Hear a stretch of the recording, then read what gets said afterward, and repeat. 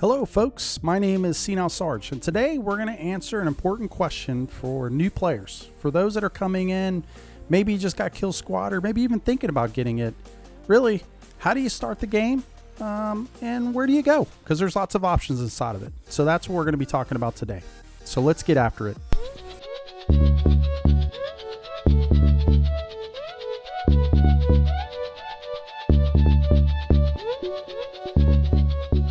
And while I have your attention, take a few moments and crush that like button. Let's get it to 5. You can do it, I can do it, all of us together. 5's an easy. Just makes you a better human anyway. If you really like the video, you want to see more videos, do me a favor. Hit that subscribe button, maybe even comment. You got something you want to see, other videos that you'd like to have us do, comment, let us know. And the last thing, of course, hit the notifications. That way, whenever we put out videos associated with Killsquad, you're getting them. So coming into the game, it's not overly confusing. When you're going to come in, you're going to see this screen here, which is basically your lobby. And there is a lot of data on the screen that you'll need to know. But the big parts is just knowing this top area where you have lobby, heroes, shop, codex, and settings are most of where you're going to be spending your time. And then, of course, down here for your contracts and quests. But like any player, the first thing you should absolutely do when you come into a new game is look at settings. So your graphics. For most, you're not going to have to change anything here. Depending on your computer abilities, you may adjust some of the quality of things. Obviously for me, I have it on high. It still looks beautiful. I can only imagine what it looks like on epic, but this range basically goes from low all the way up to epic.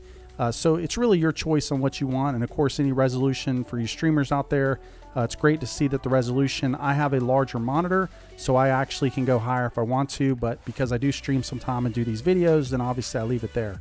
So it's a really good settings here, mostly what you're gonna see for most games. I choose to do motion blur off. Not really gonna have an effect in this game, mainly because the first person shooters when I play them, I just normally go in and turn that off. But again, it's up to you, your preference. You also have audio settings. For me, I just turn the volume all the way down. But of course, you have your music, your sound effects, and then your voice that you can change that and still leave your master volume up. I try to leave it up. Obviously, with Twitch or anything else that you're making, I usually turn the volume down. That way, you don't hear it at all. For your inputs, the interesting part is I started on keyboard. Not a big fan of using WSAD for movement. Much prefer to use a mouse to kind of be able to move around with the buttons. Didn't really have an ability that made sense on the mouse to do that, so I moved to controller. So for those of you that prefer controller, although you may not have it on console, the cool part is you can actually play it on PC through Steam using a controller. I use Xbox controller, no different than if you're going to use a PlayStation controller. For those that like keyboard, the good news is it's not that difficult. So if you like keyboard and mouse, you're going to enjoy the game. If you do change anything, you can always come in here and restore to defaults. I haven't changed anything, so I'm going to kind of leave it where it's at. Your accessibilities, I actually restored this default for this video, but one of the things I would definitely recommend that you do is you come in, fix the accessibility the way that you want it.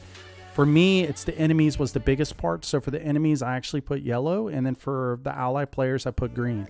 You're not going to be damaging ally players, but it's just much easier to know kind of who's on your team, so forth and so on. And you can also look at the warning here if you want and change that to another color. Completely on you and how you do it, but trust me, as you get in game, you'll understand what those colors mean, especially when you're in a match. Those colors absolutely help.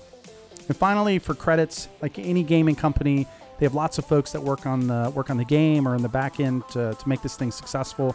You can go in and watch it. It is really good. I enjoyed kind of watching the credits and seeing who all was part of the build of this thing. Okay, so on this main screen here, the kind of when you're looking at this whole thing, the one thing I want to bring attention to is credits, because I'm going to be talking to them here in a bit. As you play your contracts, which is down here in the bottom, or quest, you're going to get credits. Those credits are what you're going to be spending in the shop. I just want to bring credits up because as I start to talk about them, I don't want to forget that this is an important piece of your game as you go in and you're playing it. So first, let's concentrate on contracts. So to move this thing right and left, you're going to click the right mouse button and you can move right and left. And if I'm going to scroll out, just use the mouse button back, and then there you go. So one of the things I want to bring your attention to is the green and then these blue. These are people that are playing or fixing to start. So blue means they're in the lobby. So if I want to join this match right now while they're still in the lobby, I simply click it one time. I can hit join. See it change from blue to green? Green means now that the match has actually started or the contract has started. So I'm going to teleport to them wherever they are in the match. So when you're looking through, just know that, I mean, there's lots of players in here. Like right now, I would love to be in this one to be able to get that Coliseum done. But when it's blue, that means they're in the main lobby. The green, you're going to kind of teleport in wherever you need to go. For new players, listen, you're going to be on these first two for the first couple contracts that you're going to do because you need to build up your credits. You need to get some of the gear you need to get that vector level up. And this is the important part. So the vector level for this, doors wide shut, for this one right here is a vector level 10. So if you're a vector level 1, going to a vector level 10 is not going to work well for you. These will slowly start to unlock as you play the game. So as you get higher and higher in the game, these will all unlock and be much better. Your yellows right now, those are some sort of a track, like it's some sort of a quest or a track that you're going after a particular individual. So for these are actually really good. You get decent gear on these. What I learned in the shop and then kind of going with the vector levels, and that's what I would recommend to any new player initially. And I know I'm skipping around a little bit because there's a lot of data here, but when you're getting your weapons is just worry about the vector level initially. But once you move over here from kind of the maroon to the blue, you're going to move into the veteran area. It's going to be important to understand what your gear is versus your skills and all of that. And we'll talk a little bit more about that here in a minute. But as you play through this, it's going to open up. The other thing I want to call your attention to is when you hover over this, you're going to see that in this doors wide shut, it's a vector level 10. You're going to get 4,200 credits.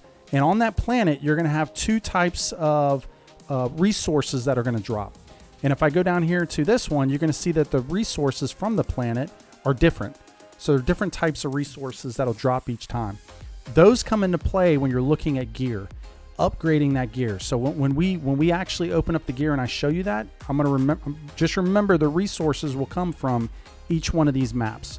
So you get down a little bit further, you'll see those resources are different. So if you're looking for a particular type of resource, that's what you're going to need to do is go look and see what the resource is, and then that's what you're going to be looking for on the map. When you're on this side, which is really your recruit versus the veteran, the gear drops are just way different. The gear drops I noticed on this side were way lower than my actual vector level because that's what you're looking for in the weapons. I never had anything drop from a vector standpoint that was higher than the vector level I was. And I know now it's because I was over here still and I had not moved to the veteran area. So contracts is a huge part of this. The other part of the game that's unique, and they've just added it, is the quest. The thing I like about the quest is as you play the contracts, you're going to be knocking off these quests. You also have the ability as you go through the game to then come back and get particular quests that you want. So for this one, there is only one father. If I click on it, it's going to tell me exactly what I need to do, and it's going to tell me what my reward is. So you can look at each one of these and kind of go through them and see what you're going to get. So if you need an unseen trinket, as an example, then you know that this would be the place that this is where you'd want to go to get that resource to be able to use later. So quests are pretty easy. Not as important as you're progressing through the game the first time, but as you hit the end, you want to come back and finish the quest, then that's where it becomes a little bit more important. All right, the other thing, so again, you can do quests and contracts down here if you just want to see one or the other. The other area I would take you to is, let's just look at your profile real quick. You simply hover over the top of it, left click, it'll pull it up. So if you see here, like any game, you have a character rank. So right now I'm a 7. The reason this is important is really your hero rewards. So you'll see that it goes back, but well, actually it won't go back. But so for 5, I get a portrait unlocks. 10, I'll get a skin. 15, I'll get another portrait, and then so forth and so on. The vector level is what all of my equipment, so that's my weapon and then my gear that I have on, that's what my vector level is. So basically you're going to take all of that, you divide it, and then that's what your vector level comes out to. You're going to see the number of matches you played, how many times you were the MVP, and you're also going to look down here, you have other statistics that you'll have down here, such as how many credits you've earned, so forth and so on. So not a overly important screen, other than coming here to look at your portraits, which you can see the portraits that I've unlocked. You'll know the little lock button means that you can't, you can't unlock that yet. But I do know that if I complete 20 vehicle type contracts, I can unlock that. This one with the box, I've completed it. So if I wanted to unlock that, I would simply left click and we'll go ahead and do it. Bam. Now that's unlocked. Now I have a new icon up here for my portrait. So very easy way to kind of look at these and do these. These are the Christmas ones that are right here. So they're only unlockable during Christmas. So those are interesting. It looks like I have another one here if I want to unlock it. The other part is your badges. The badges will unlock as you start to move through the game. And then of course on top of those, for each one of the badges, you can actually put them over here to focus on them. And then you also have the ability, you're going for different tier levels on each one of them. So these are really cool. They're great ways to add different things that you want to put over to the right side. An easy way to track almost all of those. Okay, now let's get into the meat and potatoes. So from a hero perspective, you have 4 heroes, and we talked about that a couple days ago. And what I can tell you is this: if you like up close and personal combat, then the 2 choices I'm going to tell you to pick is Cosmo and Cass. If you're a new player, I would recommend that you choose Cass if you like up close and personal. I play a lot of these types of games, you know, Diablos and World of Warcraft and other types. So I'm used to the barbarian feel of being up close. Really a DPS based character. You know, got to have armor, got to have health, all of those things. The one thing with Cosmo, really slow character, and you've got to build up, you know, your stats over here. You know, so for me, I have something that upgrades my armor, and then of course my my life as well, because I know that I need those, and my shield really needs to be the next thing that I'm pushing up. For Cass, when you look at Cass is again another DPS type, but just a little bit faster of a character. So again, when you look at it, you can tell the differences here. Cosmo, you can see here that from a life perspective, 12,000. So again, has a little bit more and also have armor. And then when you look at Cass, now we're only at 9,000. But super easy to, with your gear and other things, to push that number up. If you like ranged attack, then I'm definitely going to tell you to go with Troy or Zero. And the thing I will say is if you're a healer, Zero is probably going to be the one that you're wanting, because I love going in matches with Zero because I play Cosmo. And for me, Zero is very helpful because dropping healing kits pretty much all the time throughout the match, which helps me level out my, you know, because I'm the one that's in there taking most damage. I think if there was a stat that showed that, I'm probably every game I take the most damage. Versus, you know, Troy, much further back, more of a ranged player. If you want to be up on the battle, not the best choice for you. I mean, again, shooting weapons and other things is really where Troy is at his peak. And I can tell you, based off of most of the games I play, Troy seems to be the one that gets most MVPs. And I can tell because there's just some serious damage that this character can perform. And you can look at the stats here and see. So from a damage perspective, starting off, you know, Troy's at 50. Even Cosmo, with me ranking it up, I don't have the right gear on, obviously, but 40. You have Cass is 60. Again, great character. And then you see that that Zero goes down to 40. So again, both of these are up close, and then these are going to be more of your ranged. Inside of those, so if we look at Cosmo again, the first thing I'll show you is kind of, well, the next thing is really the inventory. These are all the items that I currently have. Now, there's an important piece to understand that your vector level is based off the number you see in the top right. So for this one, the Chupacabras, the vector is 60. So you take that 60 and the 56 and then these, and then that's what's going to equal your 56 vector level.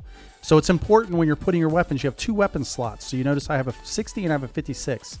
If I get another weapon that is better than this one, I will actually put it in the slot, and then I will move the other one into there. So if I wanted to move one in, for instance, you just click it, choose the one you want, and then you replace it. It's that simple. And you notice my vector level went down. So again, I can go there, put it back in, and vector level will go back up. The other stuff is kind of your support gear.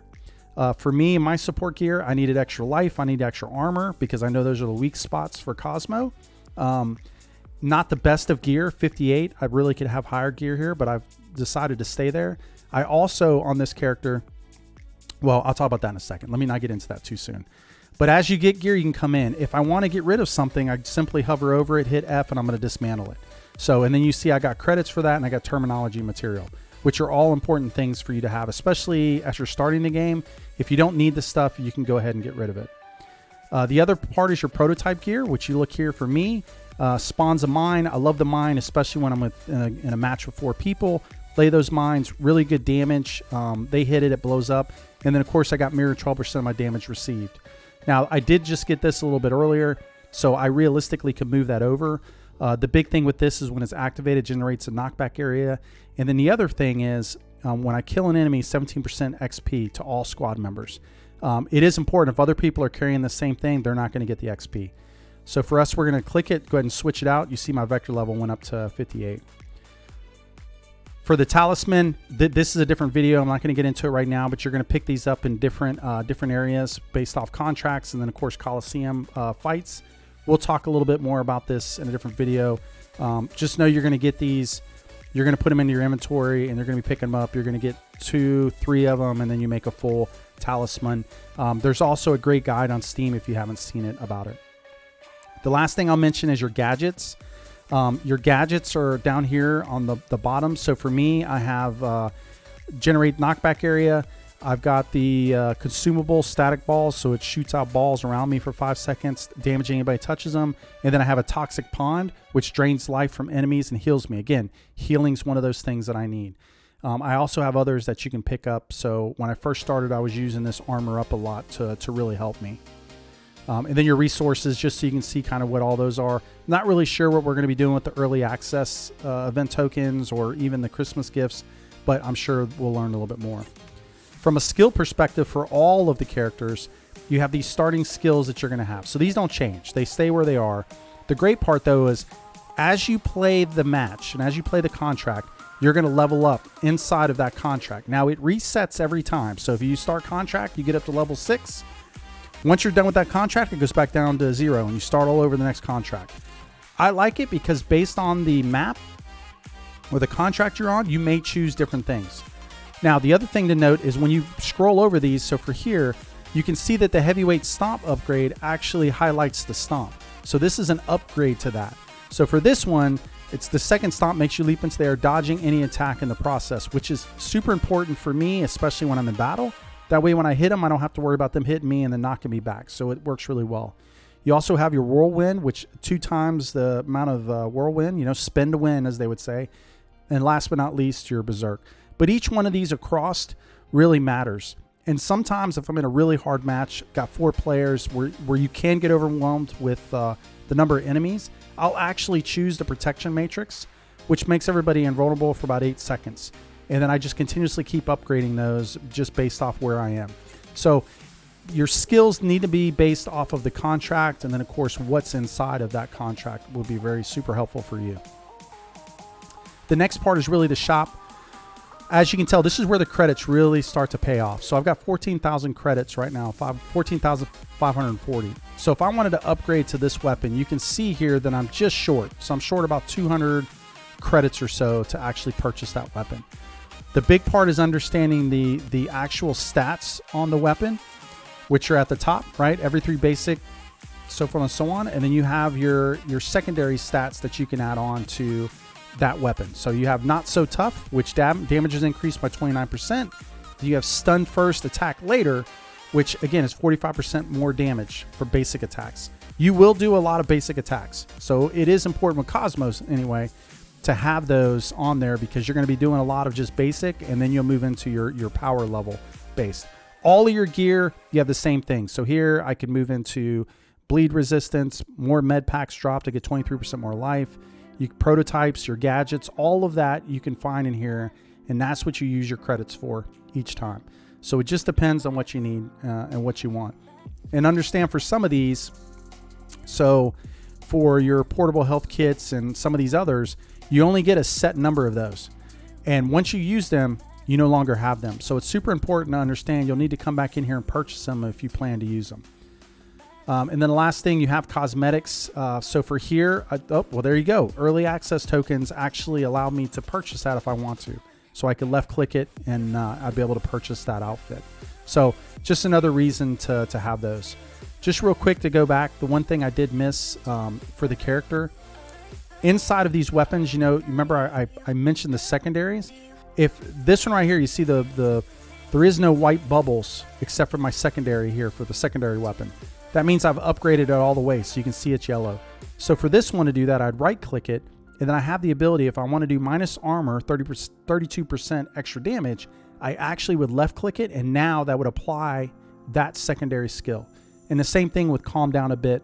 You can do the same thing. Inside of here is the resources we talked about. This is why it's super important to know when you're looking at those placards inside of contracts, what you need, what resources you need to upgrade your weapons. You may go backwards to get these resources, but it pays off in the end. And another reason why you'll probably play multiple maps multiple times inside of the game, which is completely fine. Okay, so we talked about that a little bit. So for Codex, these are all the different, really enemy that you're going to see. It is important to kind of know these. So what I didn't understand is, so for an example, one of the characters or one of the folks that's in the game is actually here inside of the Palace of Pain and Hard Nut to Crack. So I know that one of the characters for that is going to be this character. So this character main attack is a shock element. So there's ways that you can put your gear and other things on to help you become a little bit more resistant to shock element. So it's important to understand those things. And then the other part is understanding what their weaknesses are and what their resistance are. So the weakness for this character is ice element.